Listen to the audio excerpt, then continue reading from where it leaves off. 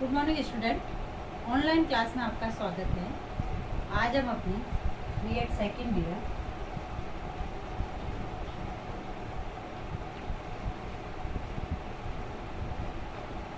अधिगम हेतु आकलन में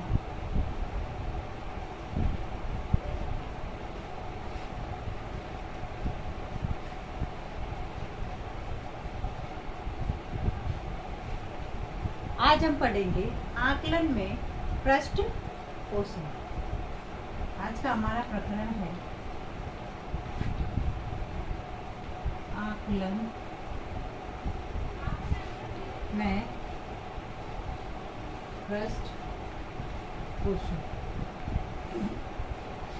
पृष्ठ पोषण यानी बालक को जो हम फीडबैक देते हैं कुछ अच्छे शब्दों के जरिए, जैसे शाबाश है, वेरी गुड है, एक्सीलेंट है, इस प्रकार के शब्दों को देकर उनको हम प्रोत्साहित करते हैं, वही होता है पृष्ठ पोषण। पृष्ठ पोषण को आकलन की महत्वपूर्ण विधि या प्रविधि या महत्वपूर्ण तत्व के रूप में माना जा सकता है। आकलन की प्रक्रिया पृष्ठ पोषण का प्रयोग नकारात्मक या सकारात्मक रूप में स्वयं के द्वारा पृष्ठ पोषण या बाह्य व्यवस्था द्वारा पृष्ठ पोषण के रूप में होता है। पृष्ठ पोषण दो प्रकार से होता है, नकारात्मक और सकारात्मक, दो रूप से। और जैसे एक छात्र 3 घंटे का जो प्रश्न पत्र है, उस प्रश्न पत्र को 2 घंटे 45 मिनट में हल कर लेता है, तो उसको अपने प्रश्न पत्र के हल करने की जो उसकी गति है, उस गति पर पृष्ठ पोषण प्राप्त होता है। अरे वाह, 3 घंटे का पेपर तुमने 3 घंटे में ही कर लिया है, बहुत अच्छा। तो इस प्रकार के शब्दों को सुनकर जो है उसको पृष्ठ पोषण मिलता है। इस पृष्ठ पोषण के माध्यम से वह अपने प्रश्न पत्र को हल करने की गति का आकलन कर लेता है कि मैं जो है यह प्रश्न 3 घंटे का जो पेपर है उसको मैं कितने समय में कर सकता हूँ। इसी प्रकार जैसे दूसरा जो छात्र है वह गणित के सूत्रों एवं अन्य प्रक्रियाओं को अन्य जो विद्यार्थी है उन विद्यार्थियों की तुलना में जब शीघ्र कर लेता है तथा शिक्षक द्वारा उसके बारे में कहा जाता है कि यह सभी छात्रों की तुलना में शीघ्रता से काम करता है, तो उसके अधिगम गति का आकलन शिक्षक द्वारा पृष्ठ पोषण प्रदान करके किया जा सकता है। इस प्रकार पृष्ठ पोषण जो है वह आकलन की प्रक्रिया में महत्वपूर्ण भूमिका निभाता है। अब जो है ये जो पृष्ठ पोषण है, यह शिक्षण अधिगम प्रक्रिया में पृष्ठ पोषण का अर्थ है महत्व। उसका महत्व क्या है? पृष्ठ पोषण का शिक्षण अधिगम प्रक्रिया में महत्वपूर्ण स्थान होता है। पृष्ठ पोषण के अभाव में शिक्षण अधिगम की प्रक्रिया जो है वह गति प्राप्त नहीं कर सकती है और न ही अधिगम रुचिपूर्ण बनाया जा सकता है, क्योंकि मनोवैज्ञानिक सिद्धांतों के अनुरूप प्रत्येक छात्र अपने कार्य को संपन्न करने के बाद यह चाहता है कि उसको जो है कि शिक्षक द्वारा कुछ प्रमाण दिया जाए, या वह यह आकलन चाहता है कि उसके द्वारा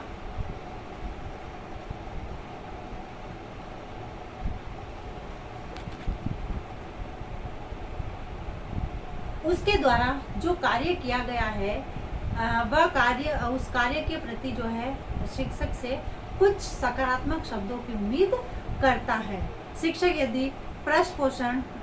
यदि पृष्ठ पोषण नकारात्मक रूप में होता है तो जो है उस छात्र का मनोबल टूट जाता है, और यदि नकारात्मक रूप में न होकर सकारात्मक रूप में होता है तो जो है उस बालक का जो मनोबल अच्छा हो जाता है, और जब उसको पृष्ठ पोषण सकारात्मक रूप में दिया जाता है तो वह उस कार्य को करने की पुनः कोशिश करता है तथा उसमें सुधार लाने की कोशिश करता है। अतः उस कार्य और व्यवहार से सीखने में कोई में कोई व्यवहार नहीं करता तथा उससे दूर हो जाता है। यानी नकारात्मक जब पृष्ठ पोषण मिलता है तो वह उस कार्य से दूर हो जाता है या उस व्यवहार से दूर हो जाता है। किंतु उसी प्रकार से यदि बालक को सकारात्मक फीडबैक दिया जाए तो वह उस कार्य को पूर्ण करने की कोशिश करता है। पृष्ठ पोषण अधिगम व्यवस्था में निम्नलिखित बिंदुओं के माध्यम से हम पृष्ठ पोषण का महत्व स्पष्ट कर सकते हैं। सबसे पहले है रुचिपूर्ण अधिगम।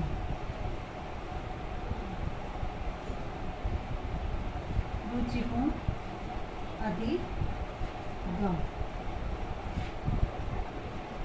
अब जो है पृष्ठ पोषण के कारण ही छात्रों की अधिगम प्रक्रिया में रुचि उत्पन्न होती है। जब छात्र किसी अधिगम गतिविधि को संपन्न करता है, किसी कार्य को करता है, तो उसके एवज में शिक्षक द्वारा सकारात्मक रूप से पृष्ठ पोषण, यानी जब शिक्षक सकारात्मक पृष्ठ पोषण विद्यार्थियों को प्रदान करता है तो जैसे शाब्दिक रूप में कहा जाता है कि यह कार्य जो किया है तुमने बहुत अच्छे ढंग से किया है, तब जो है उनका अधिगम स्तर जो है रुचिपूर्ण बनता है कि मैंने जो कार्य किया है उस कार्य की जो है मेरे को इस एवज में अच्छा फीडबैक मिला है, तो इससे वह उस कार्य को करने, किसी भी कार्य को करने में अपनी रुचि अधिक दिखाएगा। अतः अधिगम रुचि का प्रमुख श्रेय जो है पृष्ठ पोषण को जाता है कि पृष्ठ पोषण के माध्यम से विद्यार्थियों में रुचिपूर्ण अधिगम किया जा सकता है। फिर है मनोवैज्ञानिक प्रक्रिया।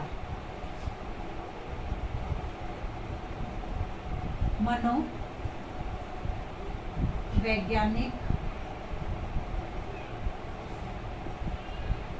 प्रक्रिया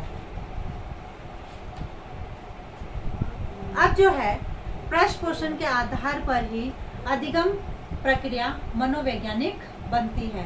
जब छात्र किसी कौशल को सीखकर उसका उपयोग समाज में, विद्यालय में या घर परिवार में करता है तो उसके प्रमाणीकरण के बारे में वह पृष्ठ पोषण की प्रतीक्षा करता है। यानी जब हम किसी कार्य को सीखते हैं तो हमारा जो सीखा गया कार्य है उसको या तो विद्यालय में अप्लाई करते हैं या घर में करते हैं या समाज में करते हैं। अब जब वो कार्य जो किया गया है उसके एवज में हम जो है ये प्रतीक्षा करते हैं कि उसके एवज में हमें क्या फीडबैक मिलेगा।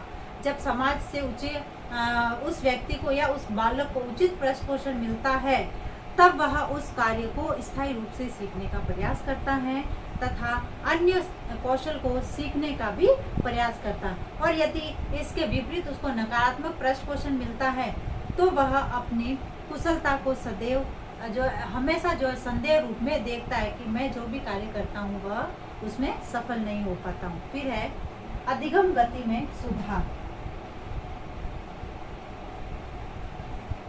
अधिगम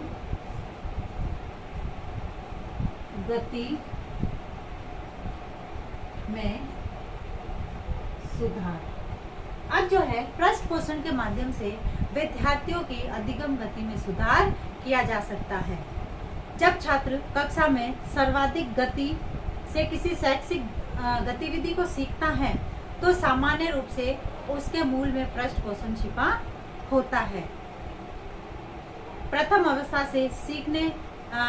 अवस्था में बालक की जो सीखने की गति होती है वह सामान्य होती है और जब छात्रों के लिए कक्षा में सीखने के लिए जैसे ताली बजाई जाती है तब वह उससे प्रोत्साहित होता है और उनका जो है अधिगम गति में सुधार होता है। यानी जब हम एक बालक किसी प्रश्न का उत्तर देता है और हम अन्य बालकों से जब कक्षा में उसके दिए गए प्रश्न के आधार पर हम यदि ताली बजवाते हैं अन्य विद्यार्थियों से या फिर उनको उस बालक को अच्छा फीडबैक देते हैं तो जो है उसकी अधिगम गतिविधि में सुधार होता है। फिर है अधिगम गतिविधियों का सृजन।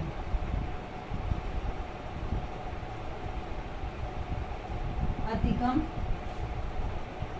गतिविधियों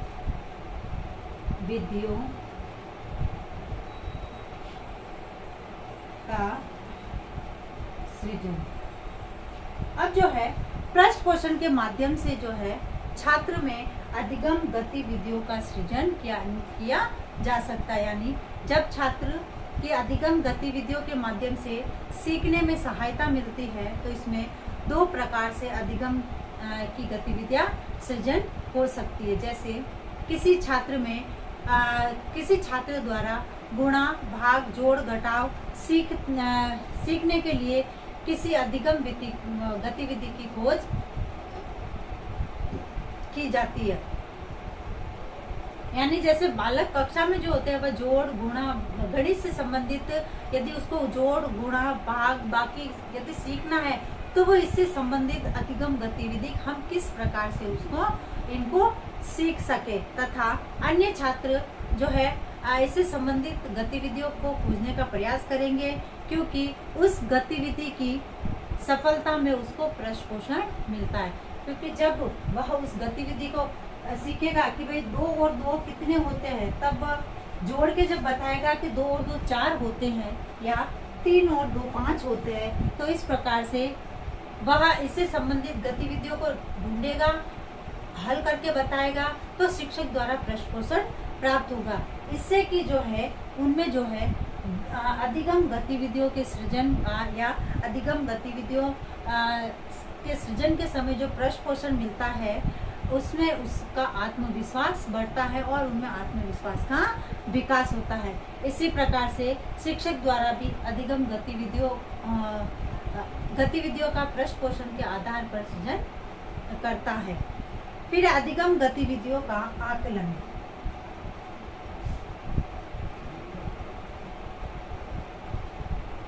अधिगम गतिविधियों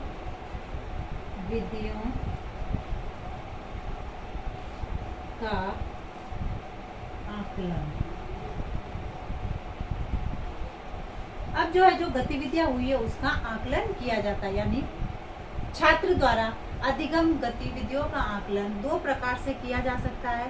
पहला तो शिक्षक द्वारा प्रदत्त अधिगम गतिविधियों से अधिक शीघ्रता से सीखता है। यानी शिक्षक जो भी अधिगम से संबंधित जो गतिविधि देता है उससे शीघ्रता से सीखता है, तो यह माना जाता है कि अधिगम गतिविधि सफल है।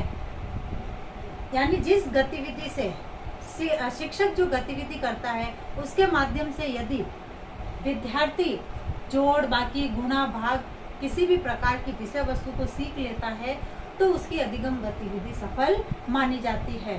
किंतु छात्र स्वयं सृजित अधिगम गतिविधि द्वारा आकलन करता है तो उससे उस आधार पर उसका पृष्ठ पोषण मिलता है।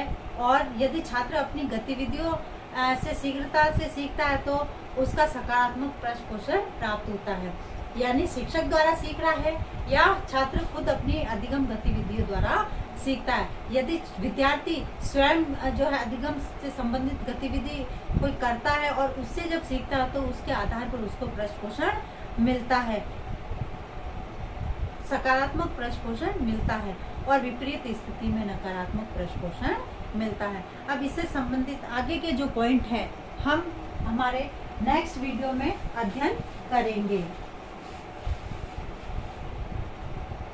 आज का आपका गृह कार्य है पृष्ठ पोषण का अर्थ बताइए। पृष्ठ